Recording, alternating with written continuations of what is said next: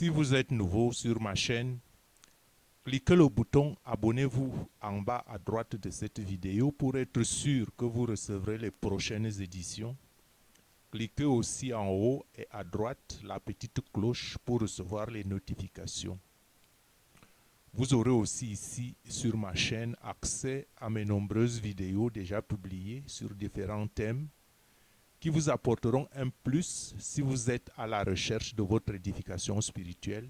Et bien sûr, vous pouvez les partager librement avec ceux qui ont les mêmes convictions que vous et ainsi aider le plus grand nombre.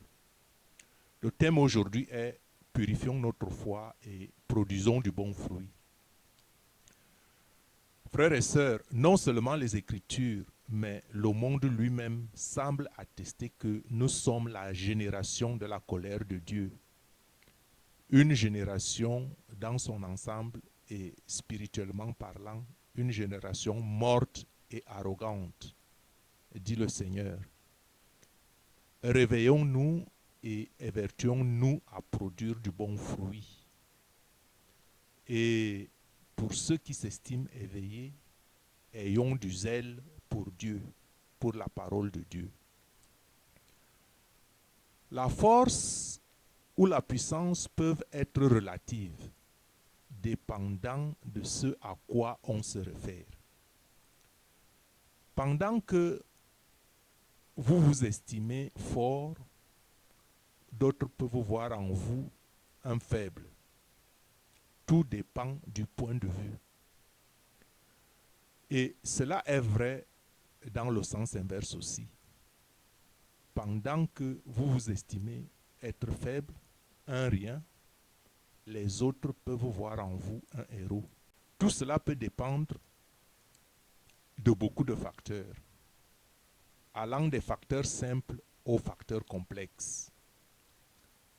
C'est la raison pour laquelle le Seigneur nous recommande de s'abstenir de juger les autres. Parce que l'homme le plus souvent juge en fonction de ce qui frappe l'œil, mais Dieu est le seul qui sonde les cœurs. Paul apôtre écrit déjà qu'il sait que le bien n'habite pas dans l'homme. Il dit, le bien n'habite pas dans moi. Ce qui est à ma portée, c'est de vouloir du bien, mais pas de l'accomplir. C'est pourquoi j'ai parlé plus de ces vertus plus haut, parce que nous estimons toujours, quand nous nous référons à notre entourage, nous nous contentons de dire que nous ne sommes pas méchants, quand pas assez bons. Or, notre référence peut être la basse échelle. Paul continue en disant qu'il ne fait pas le bien qu'il voudrait, mais qu'il commet le mal qu'il ne voudrait pas. Lisons cette lettre de Paul aux Romains au chapitre 7, du verset 18 au verset 25. Frères, je sais que le bien n'habite pas en moi. Je veux dire dans l'être de chair que je suis.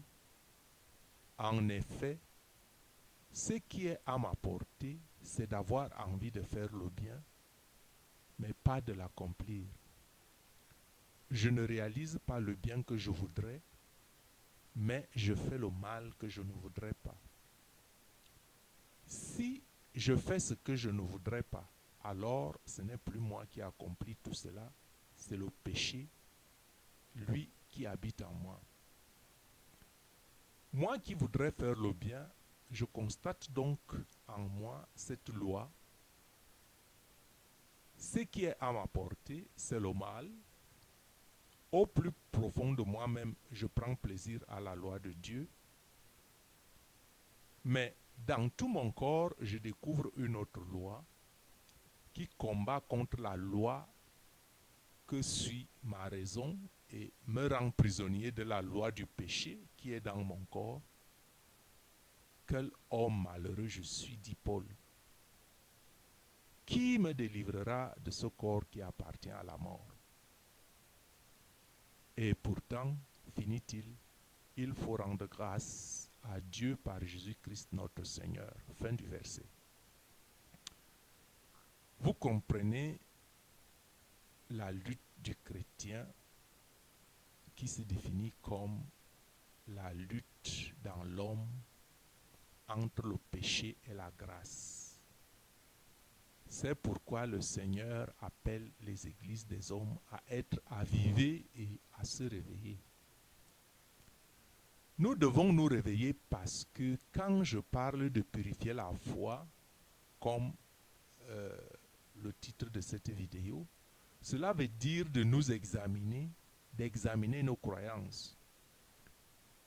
Nos croyances sont le fruit de notre libre arbitre et de celui de nos parents, les choix de nos parents, parce que je suis né chrétien, parce que mes parents sont chrétiens.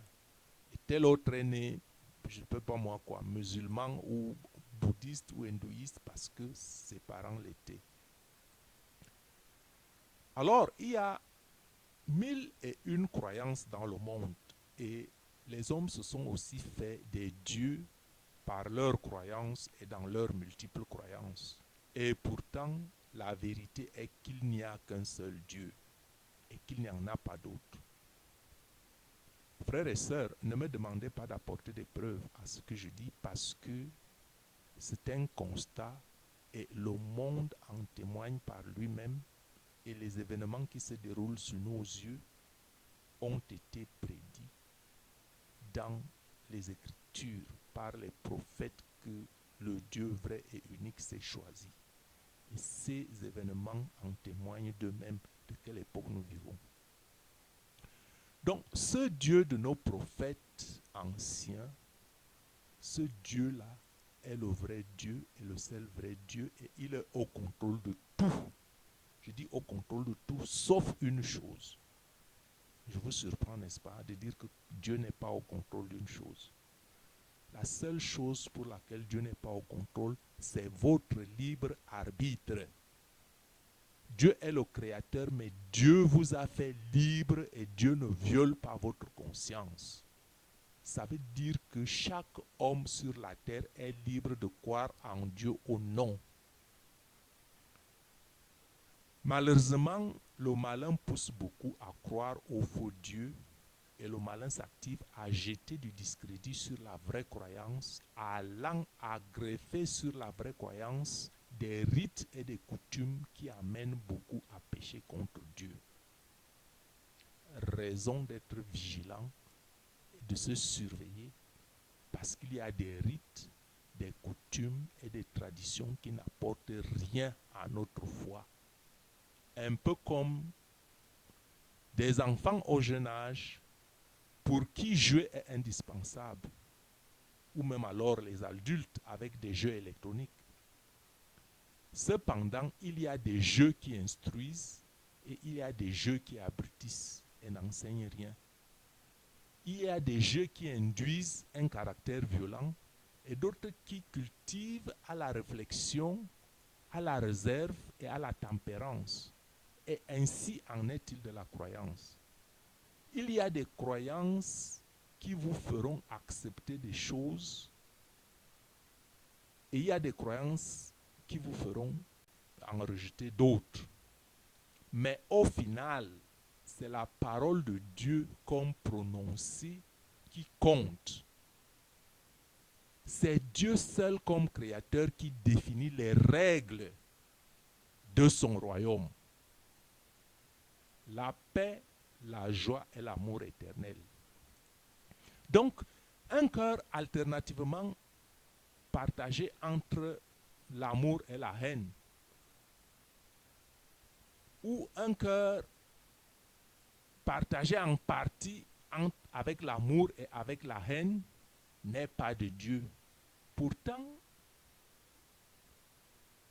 il y a pas mal de croyances qui parlent de haine injustifiée. Frères et sœurs, purifions notre foi et sachez que la haine, c'est la haine et l'amour, c'est l'amour. Or, le Seigneur lui nous invite à prier pour ceux qui nous persécutent. C'est-à-dire que le Seigneur nous invite à ne avoir de haine pour personne, afin qu'un amour sans condition nous habite, afin que le royaume de Dieu, le royaume d'amour, descende sur la terre. Parce que si vous ripostez la haine par la haine, la violence ne finira jamais. Ce serait un royaume de riposte. C'est pour ça que le Seigneur nous demande de supporter le mal. Le monde spirituel est une réalité aussi réelle que le monde physique, tout comme la chair et l'esprit qui nous habitent sont une réalité. Et c'est une lutte. Et cette lutte-là se résume en une lutte entre le corps et l'esprit. La question est de savoir par quoi vous laisserez-vous guider par votre libre arbitre.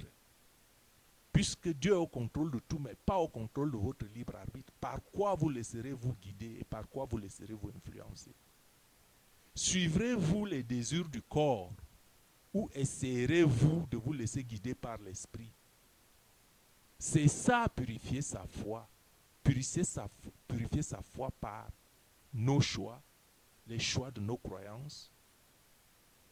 Parce que même les écrits parlent de la prostituée qui nous séduit parce que nous aimons. Parce que nous aimons bien entendre. Sont cela les valeurs pour lesquelles nous serons jugés? Qu'est-ce que le Seigneur attend de moi doit être notre question.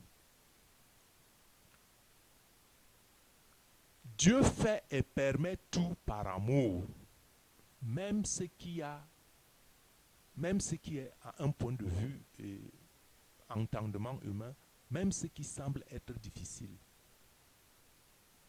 Et que la question est même si Dieu est l'auteur du mal. Absolument non. Il ne faut pas croire aux mensonges de l'ennemi de Dieu, qui est aussi l'ennemi de l'homme, qui veut que l'homme se perde, qui veut faire croire à l'homme que Dieu est un Dieu cruel, qui nous a créés pour nous détruire, ou que Dieu chercherait une excuse pour nous envoyer en enfer. C'est ce que l'ennemi veut que nous croyions, pour que nous renoncions à tout effort en pensant que ni le paradis ni l'enfer existent. Or, beaucoup se disent, si Dieu existe, pourquoi la souffrance? Dieu permet la souffrance sans en être l'auteur, pour une bonne raison ou deux. Du moins, les deux que je connais, je vais vous en citer. Premièrement, Dieu est saint, et tout ce qui s'attache à Dieu devrait tendre et rechercher la sainteté. Parce que Dieu ne peut pas accueillir ce qui est d'une autre nature que lui. Je suis saint et vous serez aussi saints. Deuxièmement, j'ai dit que Dieu est au contrôle de tout, sauf notre libre arbitre qu'il ne viole pas. Donc Dieu est au contrôle de tout et autorise des épreuves. Dieu autorise des épreuves ou laisse faire pour que nous sachions à quoi ressemble un monde gouverné par Satan et que nous réalisions que prendre le parti de Satan ne peut pas être un choix avantageux pour nous. Donc, ceux qui rejettent Dieu en recherchant la voie de la facilité et se trouvent à l'aise ici-bas dans un monde pourtant corrompu où règne l'injustice et un manque d'amour pour beaucoup. Bref, un monde corrompu par la mort et la détérioration. Ceux-là sont dans l'erreur parce qu'ils aiment les ténèbres et ne voient que leur intérêt égoïste. Puisqu'ils se sentent bien, tout le reste autour d'eux importe peu. Ceux-là connaîtront, s'ils ne se répandent pas, ils connaîtront la séparation de tout amour et de toute lumière pour l'éternité. Ils connaîtront la séparation de Dieu. bien que cependant Dieu ne veuille qu'aucun ne se perde. Donc, soyons confiants que Dieu est au contrôle et que Dieu ne fait pas d'erreur. Comprenez que Dieu ne fait pas d'erreur. Dieu n'est pas un fils d'homme pour faire une erreur. Cependant, ne nous apitoyons pas sur nous-mêmes à cause des épreuves ou à cause de notre faiblesse, mais purifions notre foi, donnons-nous de la peine, ayons de la persévérance, prions le Seigneur de nous aider et soyons convaincus que les sentiments d'amour ici-bas, les moments de plaisir et les moments de bonheur que nous connaissons par moments n'ont pas d'égal la paix, l'amour et la joie sans fin dans le royaume de Dieu.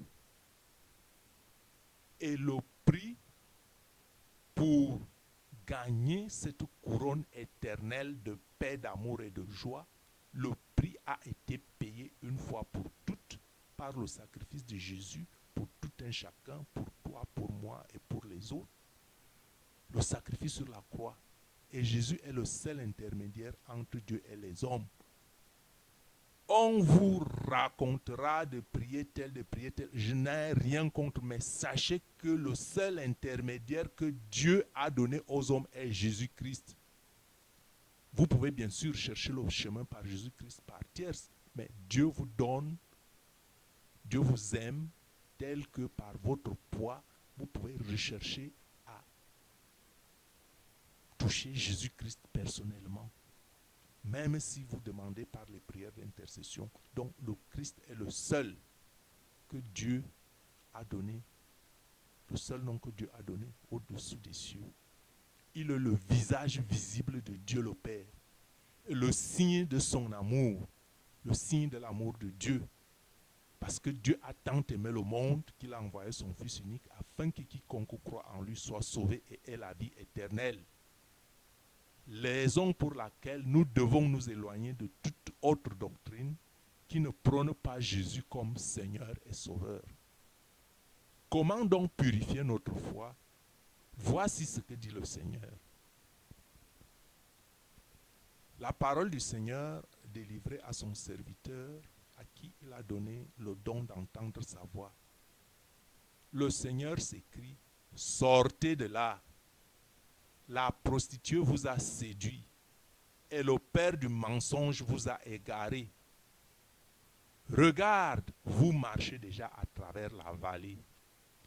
Et voici le feu approche rapidement, là où toutes vos richesses vont brûler et chacune de vos doctrines corrompues et chacune de vos traditions immondes vont périr dans la lumière de la vérité, dit le Seigneur. Ainsi dit le Seigneur, votre Rédempteur, le Saint d'Israël. Bien-aimés, ne comprenez-vous pas? Ne savez-vous pas ce que les Écritures disent concernant toutes ces choses? Votre Père dans les cieux sait ce dont vous avez besoin avant que vous ne lui demandiez. Venez donc à moi comme vous êtes. Venez à moi comme vous êtes. Faites-vous modeste et demandez. Et ce qui est en accord avec sa volonté vous sera donné. Ne cherchez plus à accumuler des trésors sur terre, car ces choses demeurent seulement un temps et rapidement disparaissent. Amassez-vous plutôt des richesses. Pour vous-même au paradis, des richesses qui ne s'éteignent jamais, vraies richesses qui demeurent à jamais. Ainsi, quand vous priez, ne priez pas pour ces choses qui ne restent pas. Ne cherchez pas ces choses qui vont barrer votre chemin à moi, dit le Seigneur. Priez plutôt pour ces choses qui sont bien et bonnes à mes yeux. Bien-aimés, priez en toute sincérité pour recevoir le pardon et certainement vous le recevrez. Priez pour une compréhension éclairée, pour que la vérité habite en vous. Priez pour la force de marcher dans mes voies. de façon à rendre votre repentance complète. Et bien aimé, faites des prières pour bénir ceux avec qui vous êtes en désaccord et pour ceux que vous n'aimez pas. Et redoublez de prières pour ceux qui vous détestent, pour ceux qui vous blessent ou vous persécutent. Bien-aimés, priez pour votre foi. Soyez nettoyés de toute iniquité. Détournez-vous de toute cette inconvenance. Gardez les commandements de Dieu tels qu'ils sont écrits et ne marchez plus dans le sens contraire de moi. Restez dans mon amour, car le seul que vous devez appeler Père est dans les cieux, et il n'y a qu'un seul et unique médiateur entre Dieu et les hommes. Je le suis, dit le Seigneur. Donc venez maintenant, vous tous, brebis égarés, retournez à votre premier amour, marchez dans les premières œuvres, sortez de là et préparez-vous. Préparez-vous à rencontrer votre Dieu. Frères et sœurs, je m'arrête là. Que la parole de vérité de Dieu triomphe en vous. Amen.